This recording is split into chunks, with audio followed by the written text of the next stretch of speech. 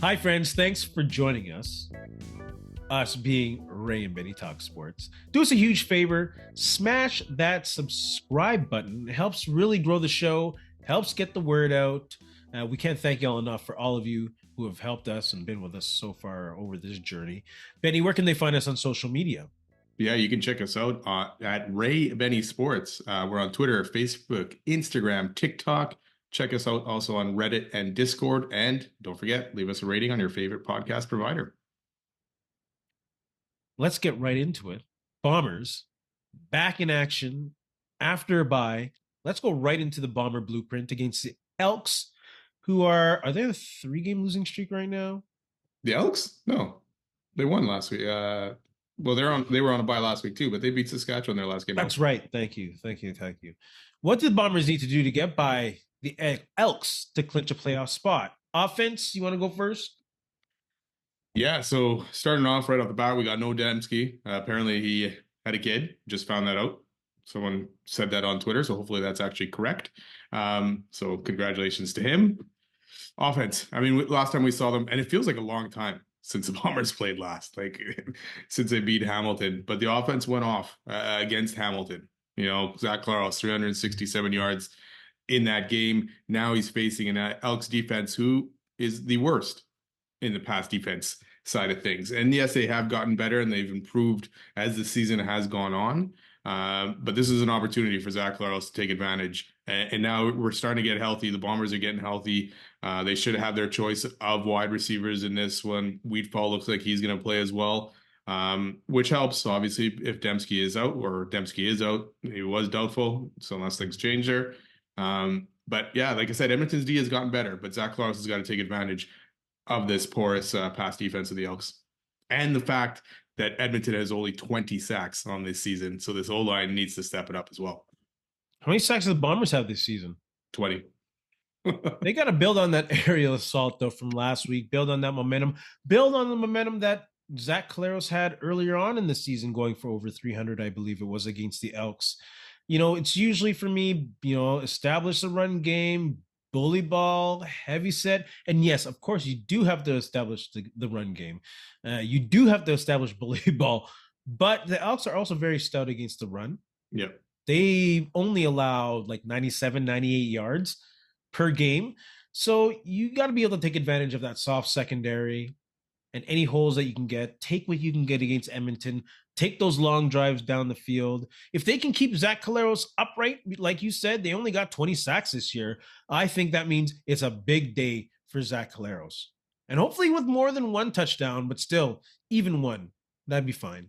It'd be nice to see Joey Cochran have a good game, see him get more work. And I also like to see Jareth Stearns get the ball more in that receiving core. You're talking about the receiving core having many options. Don't discount those two guys, because I really like Jareth Stearns and his ability to run across the line in motion, maybe even be used as a running option like they used Dembski before. So yeah, Dembski is out.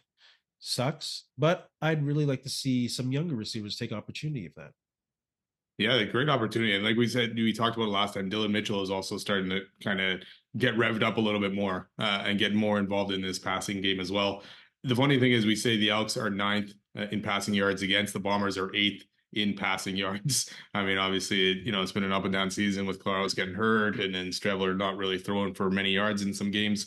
So yeah, they're very close. But if you watch Zach coming off that Hamilton game, we're middle of the pack defensively, and the Bombers' offense went off on that. So hopefully they can build off that, and Hogan play calling could also build off that game, and they go out there and this offense steps it up again and takes it to the Elks.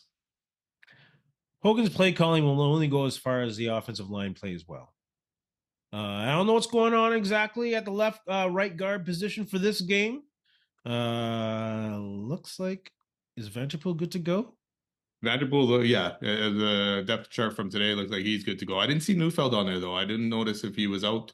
I don't remember seeing him on the list, though, actually. That's the thing. Earlier on in the week, Neufeld was seen on the side watching as Vanderpool was playing. So maybe there's some kind of shift happening there. We'll obviously have to wait and see. But maybe that's what it's leading towards right now. Defense, they got to focus on stopping Justin Rankin. Dude is a menace. Like CFLCA mentions Tony Jones and company stopping this guy, the whole team. But I think specifically either Reda Cramdy or Evan Holm should be spying that dude and hitting that dude and making sure, because it's not just the run game. This guy is over 600 yards receiving as well. So Yeah. he can very well break 1,000 on both fronts.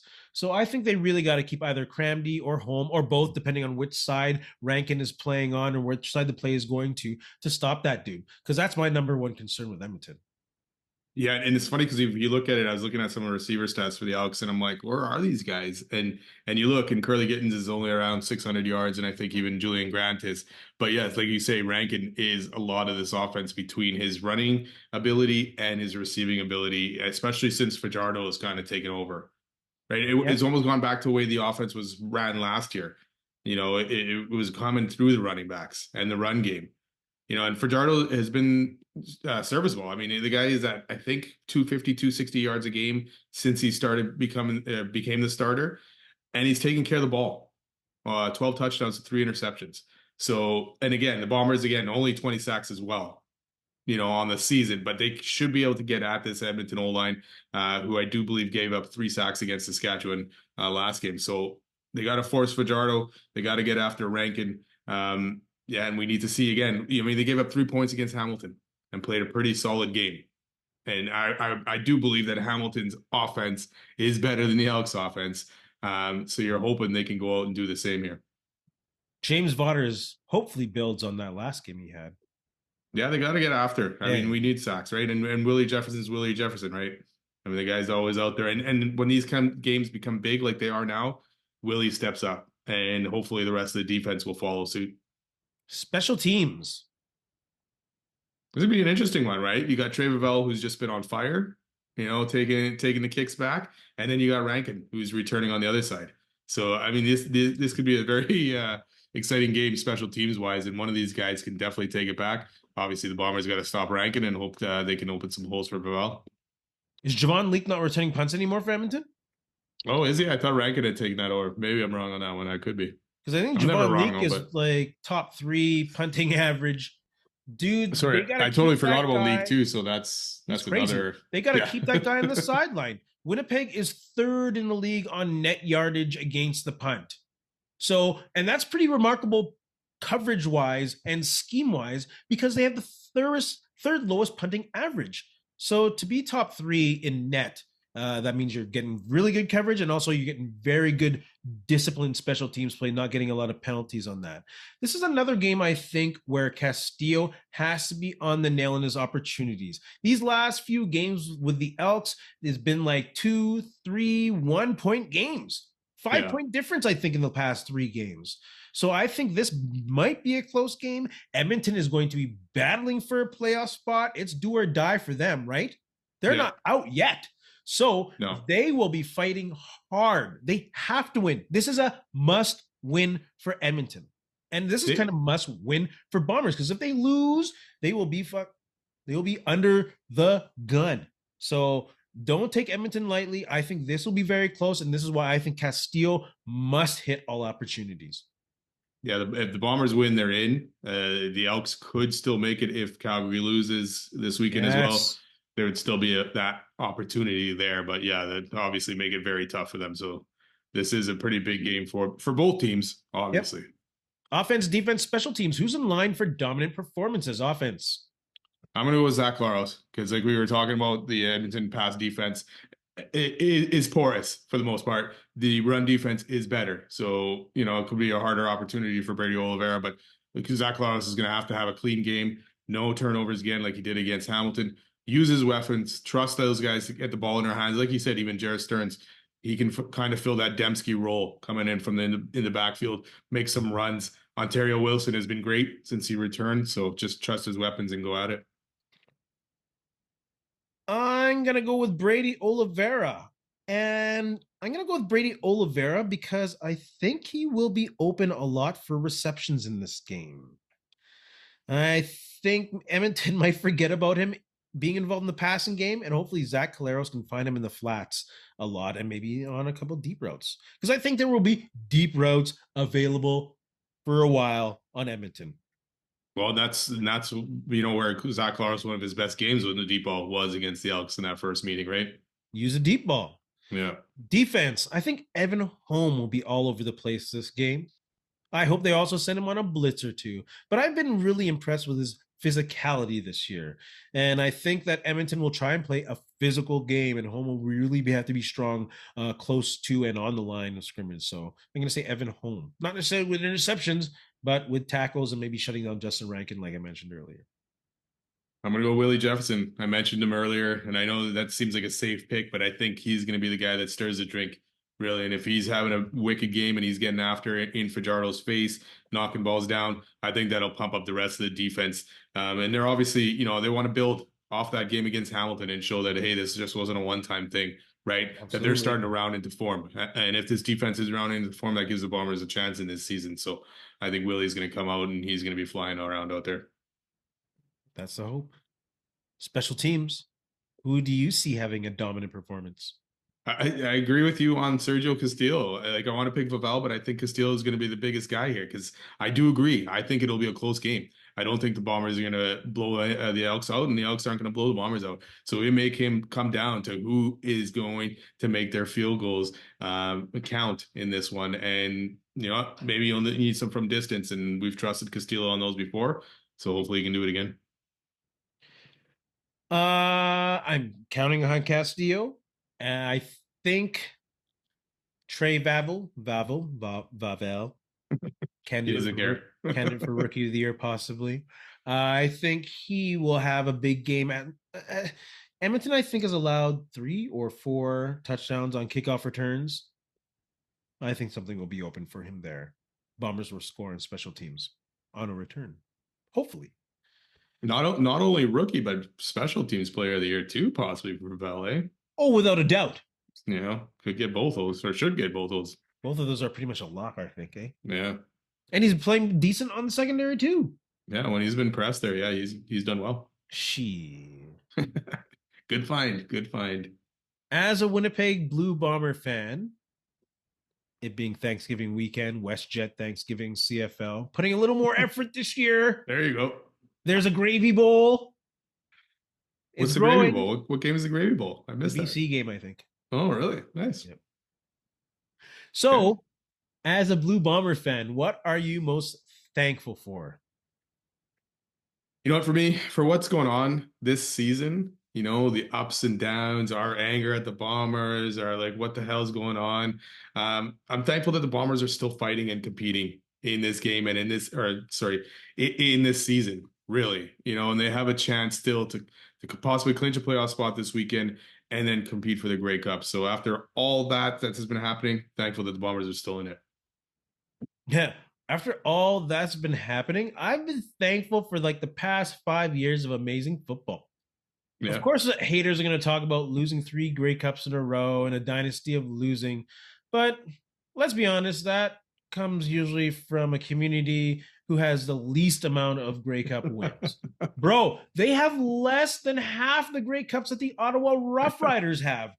And that team's been gone since the 90s. So just saying, I think I'm thankful for the past few years. Mike O'Shea, obviously. So yeah, it's been pretty good being a Bomber fan lately.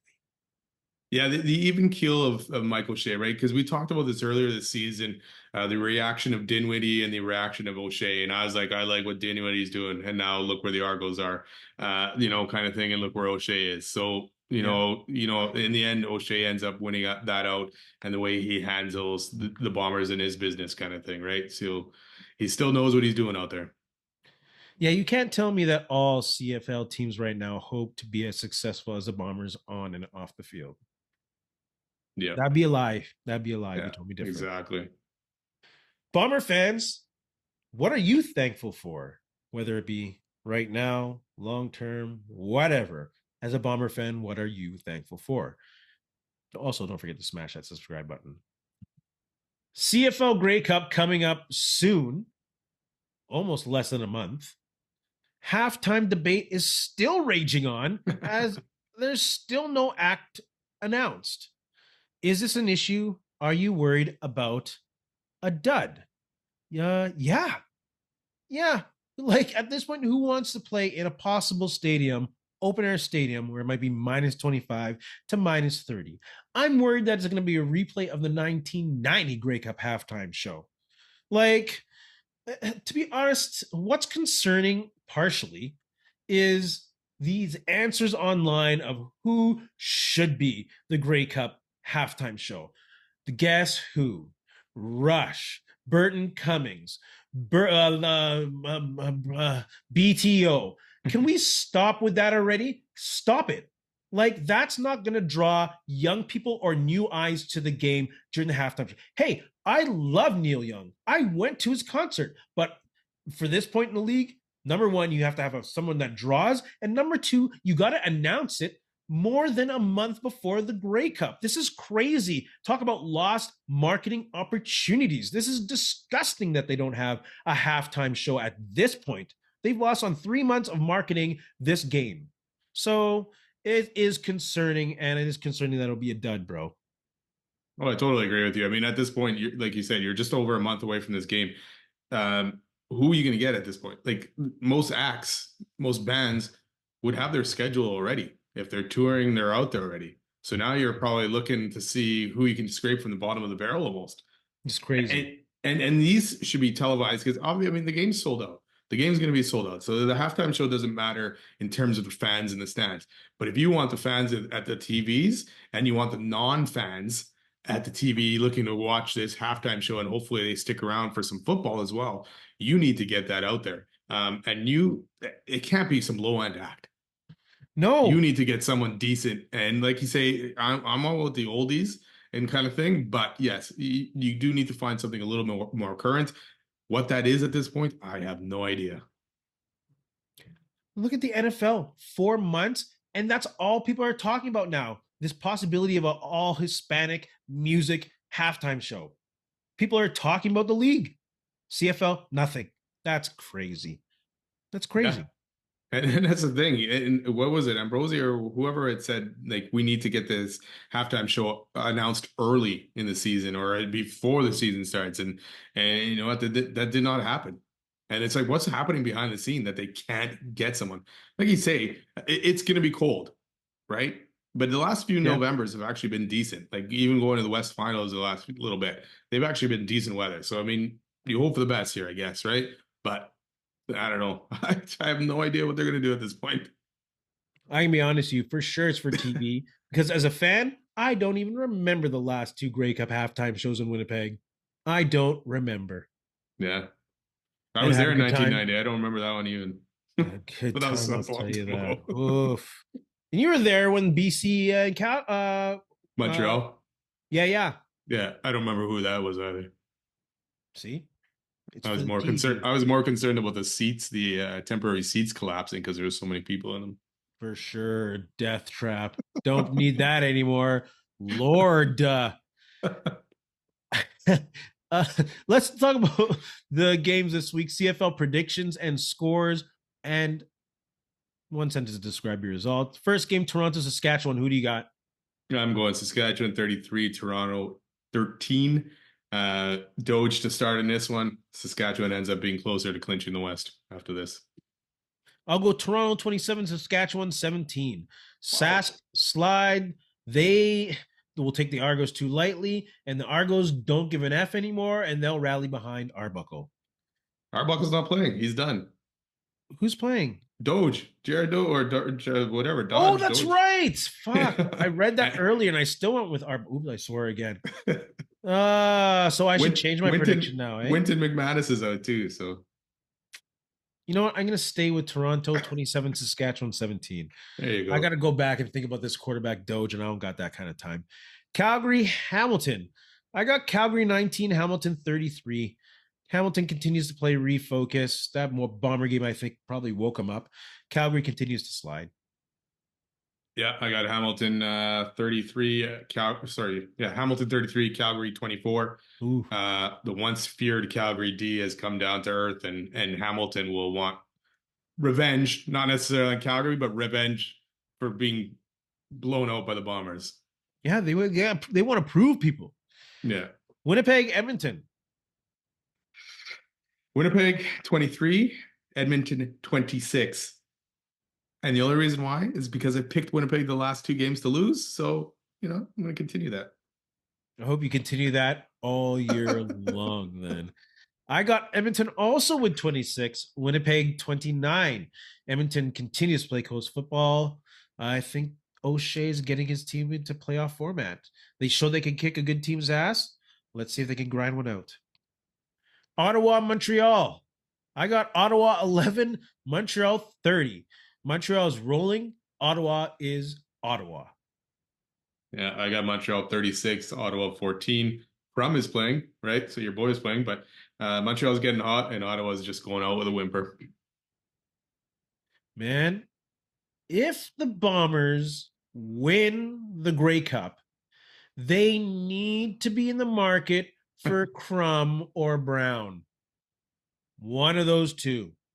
I would love to see them get Brown back, but the only thing with Brown is guy can't stay healthy. For all the talent that he has, That's they got to build that O line. Shoot, that's next year though. Yeah, but he puts himself in certain positions getting hurt, right? Yeah. So, how do you see the CFL playoff picture shaking out? Who's in? well, we got what? Hamilton, Montreal, Saskatchewan, BC right now are in, right? For sure. Guaranteed. 2 spots left. Calgary right now is in the driver's seat, just with their tiebreaker over the Bombers. But I feel like the Bombers maybe have the easier schedule going through, right? And obviously, if they win, they're in. But then they have Saskatchewan and Montreal, who could have things clinched already. Like Saskatchewan could have first, Montreal could have second, stuck in second. So they may not risk things and all that stuff. So I think the best bet here would be the Bombers are in. And then Calgary or Edmonton, just the way things line up, I'll have to end up going with Calgary in that one. So I think the Elks are the ones who miss out. Ultimately, I think Calgary does the crossover. I got Hamilton, Saskatchewan getting the buys, Calgary crossing over to play Montreal, while the Bombers will host the Lions in the West semifinal. Hopefully it's cold because Nathan Rourke in Winnipeg late in the season, that's good for Winnipeg. I think Nathan Rourke anywhere for the Bombers. So, I mean, I know he's been playing well and he's, wicked hot right now, but he always seems to have trouble against that Bombers D. I'm not going to fuck with it again with the swears. I'm not going to mess with him in the dome. Not this year. True. I mean, obviously, better to be in Winnipeg for sure. With him in the dome. Oh, what's with the swearing? Hottie mouth today. One beer. I told you I'm tired. We're recording late night, folks. Oy, oy, oy. Let's get back on track here. CFL fans, put your comments down below. Don't forget, support us, help us out, smash that subscribe button. Winnipeg Jets fans, smash that subscribe button. Let's get into some Winnipeg Jets talk. Obviously, the big news of the week, other than opening the season, is Kyle Connor's contract. What are your thoughts on the contract? Yeah, 8 years, 12 million. I mean, obviously, this needed to get done. We've talked about this before. Connor is a big guy on this team. You need those goals, right? And you can talk about his defense and complain about his defense, but you need his goals. And again, start off the season tonight with a hat trick. So after losing Ehlers, you definitely need Connor now to step up. But I also like the fact that the Jets are showing that, hey, we can pay our guys. We will retain the guys that we want. And we will pay them $12 million. Plus, you're paying them bonuses, which the Jets normally do. So, they've stepped up here, and I like that fact. I like the fact that Kyle Connor is committed to Winnipeg, which a lot of people apparently don't like.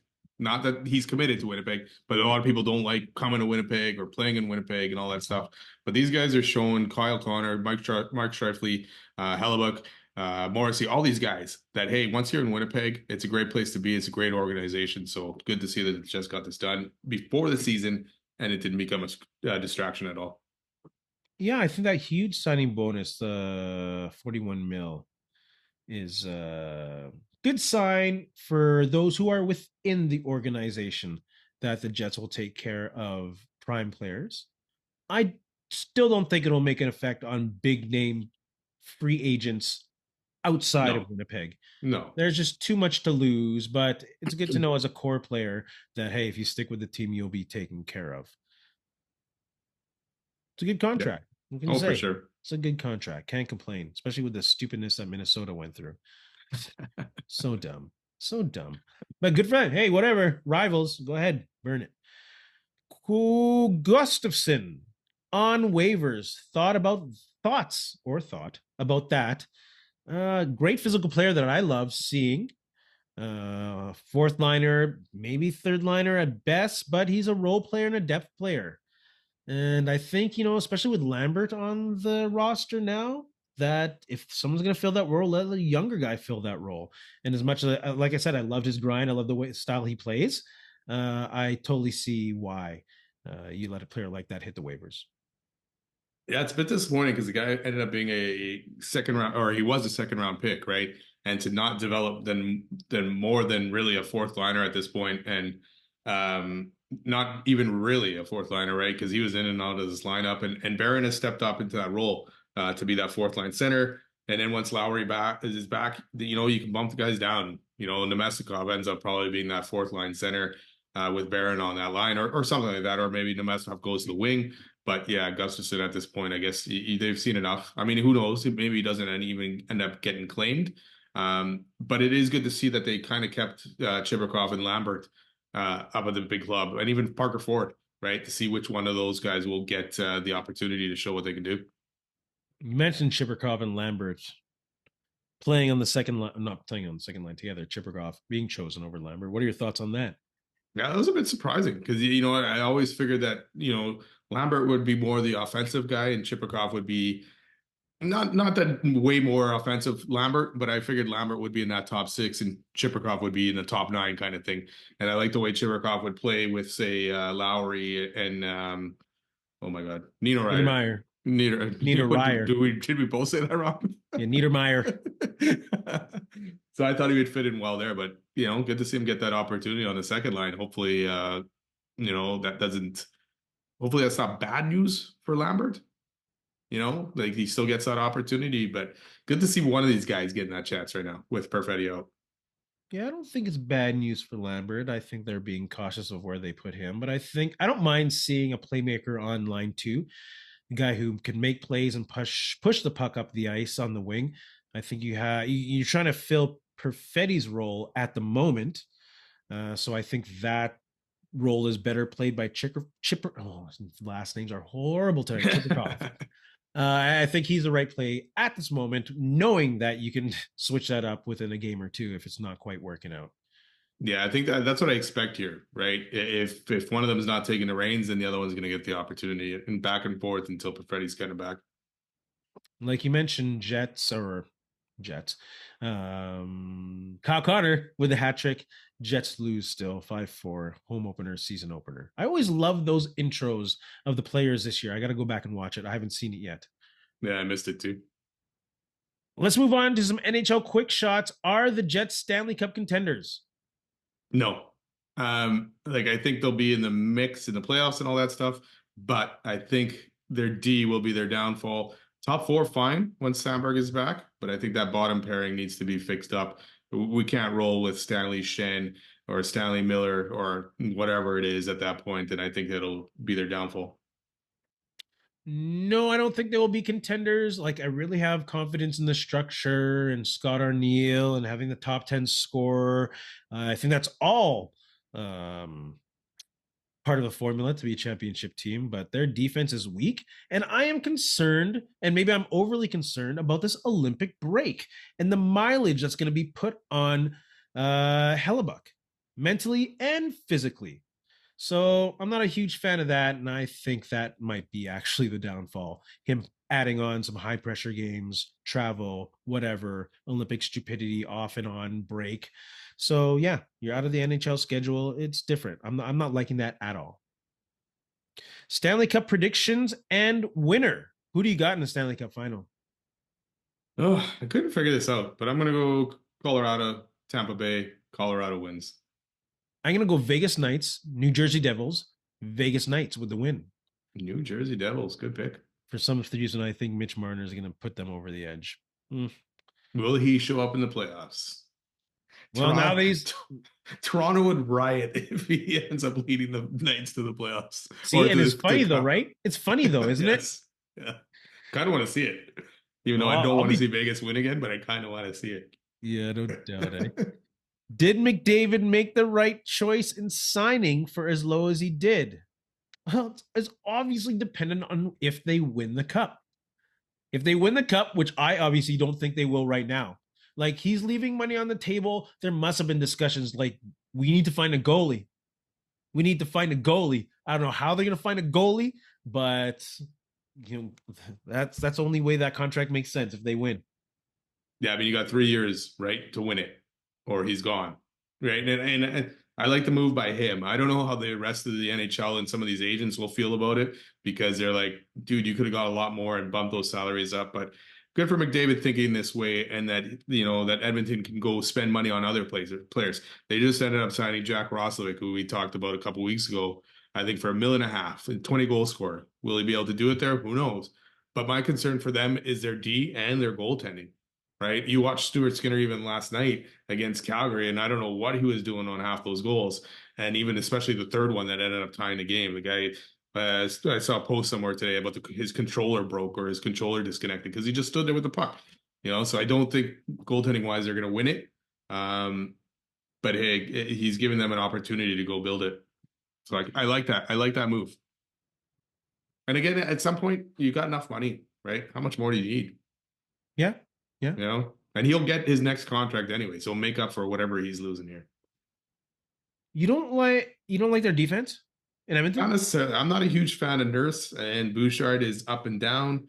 And I think Bouchard will take a nice step this year, and I like Alcone. Didn't they just extend Alcone as well? Yeah, I like Alcone. I like their defense. They got a good deal on him. What did they sign that Wallman too? Right. I think actually, if I were to look at their roster, I think I might like their defense a lot more than Winnipeg's defense. It all depends. Nurse and Bouchard are so hit and miss, right? One of them's doing something. Like even Bouchard stood next to Skinner last night while Skinner kind of glitched, and it's like I don't know if Skinner thought, hey, Bouchard's going to come get the puck or what the heck, but total miscommunication there, and I've seen that a lot of the Bouchard. So. Miscommunication that I don't know if that reflects his defensive skills other than no, but it's stuff like that he does here and there, and even in the playoffs last year, I mean, he was making mistakes left and right, and for the amount that guy's getting paid, and same with Nurse, right? Yeah. The amount he's getting paid is like they should not be making the mistakes that they do, and I think even yesterday it was Nurse that got burnt. I'm trying to remember now, but yeah. Guess we'll see. It'll be interesting. I'm pretty high on their defense. I guess we'll see as the season goes on what happens with them. They're definitely going to have to score a lot of goals, which they can do. NHL Winnipeg Jets fans, put your thoughts in the comment section below and smash that subscribe button while you're there. Benny, do you have anything to say to our friends? You know what? Thanks a lot for listening. Don't forget to subscribe and follow. Have a good week, and go Bombers, go. Man, it's a late one. My eyes are starting to close. And in the it's words earlier for you where you are. I know, eh? Gosh. And in the meantime, Ed Whalen, in the meantime and in between time, that's it. Another edition of Ray and Benny Talk Sports. Hey, friends and neighbors, don't forget to check us out online on Facebook, TikTok, Instagram, and Twitter at Ray Benny Sports. And don't forget to check out our YouTube channel. Leave a like, leave a comment, tell us what you think.